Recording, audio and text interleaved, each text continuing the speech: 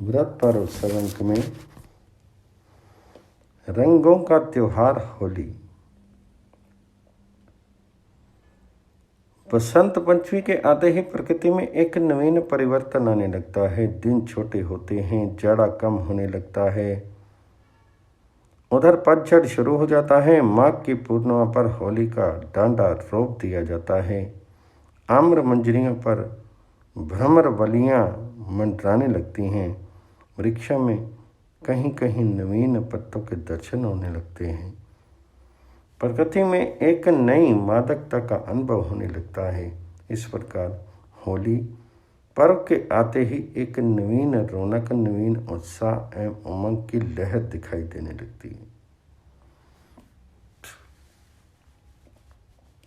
होली जहाँ एक सामाजिक एवं धार्मिक त्यौहार है, वहीं ये रंगों का त्यौहार भी है। आबाल वृद्ध नर नारी सभी इसे बड़े उत्साह से मनाते हैं।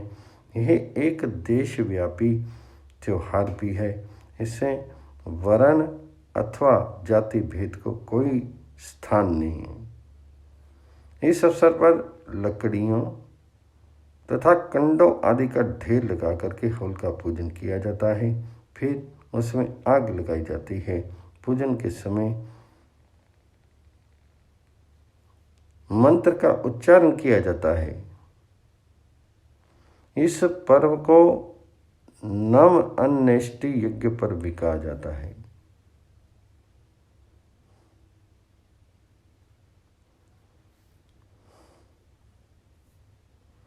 खेत से नवीन अन्न को यज्ञ में हवन करके प्रसाद लेने की परंपरा भी है।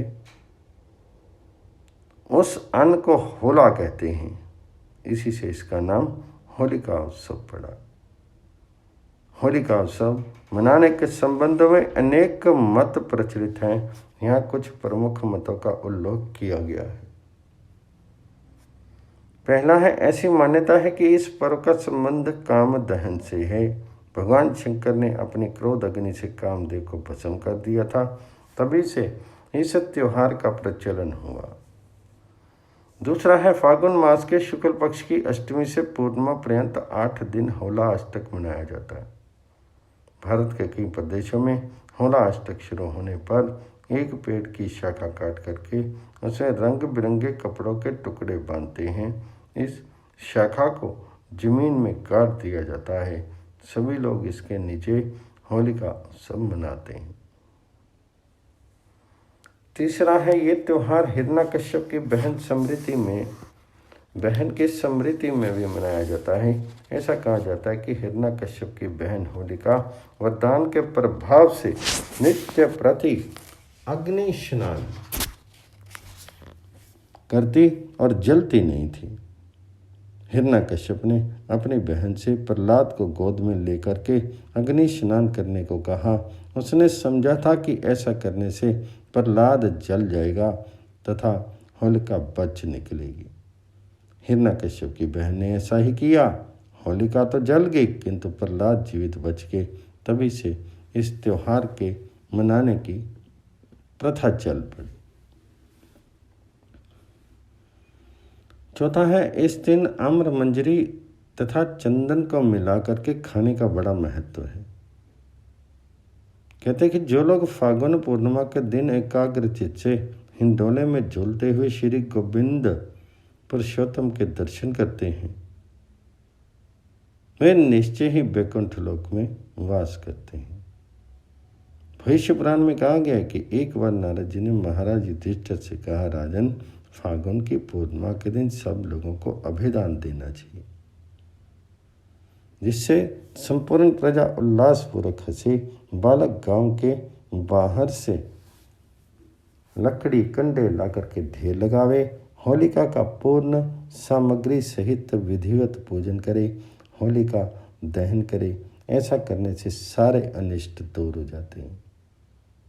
होली एक आनंद उल्लास का पर्व है। इसमें जहाँ एक और उत्साह उमंग की लहरें हैं, तो वहीं दूसरी ओर कुछ बुराइयां भी आ गई हैं। कुछ लोग इस अवसर पर अबीर गुलाल के स्थान पर कीचड़, गोबर, मिट्टी आदि भी फेंकते हैं। ऐसा करने से मित्रता के स्थान पर शत्रुता का जन्म होता है। अश्लील एवं गंदे हंसी मजाक एक दूसरे के हृदय को चोट पहुंचाते हैं, अतः इन सब का त्याग करना चाहिए। होली सम्मिलन मित्रता एवं एक रस्ता का पर्व है। इस दिन द्वेष भाव भूल करके सबसे प्रेम और भाईचारे से मिलना चाहिए।